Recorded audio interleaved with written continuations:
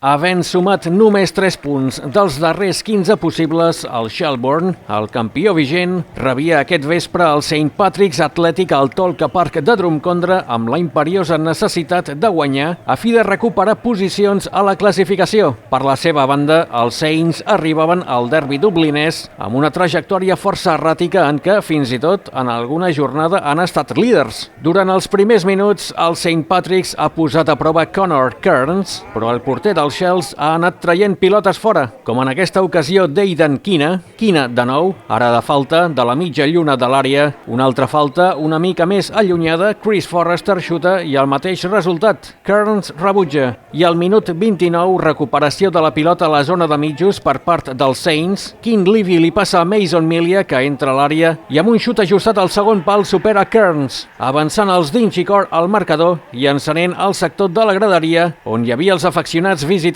encenent literalment, amb alguna bengala, fum i olor de pólvora. Els Saints continuaven atacant, ara és Levy, que ho prova de la distància, però el seu xut surt per sobre del travesser. A la mitja part, Damien Duff ha fet 3 substitucions i això ha canviat el joc dels Shells. Al minut 48, jugada d'atac per la banda dreta, Ivan Caffrey centra i Harry Wood, ja dins de l'àrea petita, envia la pilota al fons de la xarxa, fent embogir el Tolka Park.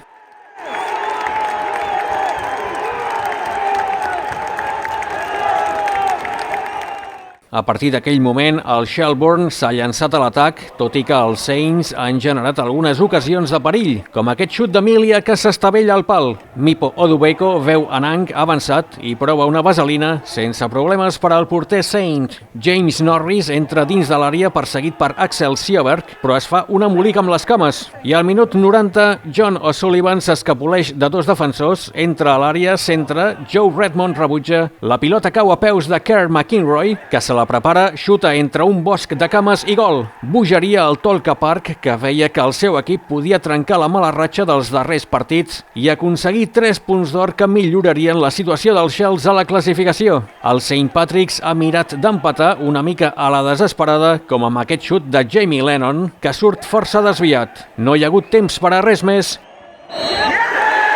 Xiulet final i els 3 punts que es queden a Drumcondra. Aquest resultat deixa amb 2 equips amb 22 punts, tot i que per diferència de gols el St. Patrick's és quart i el Shelbourne 5è. Un cop acabat el partit, en tant que derbi dublinès, en què la rivalitat supura per totes bandes, un grup d'afeccionats dels Shells, els més cridaners i abrandats del Tolka Park, ha romàs a la graderia cantant cap als seguidors visitants que, per motius de seguretat, abans de poder sortir, han hagut d'esperar que la resta d'afeccionats abandonés l'estadi.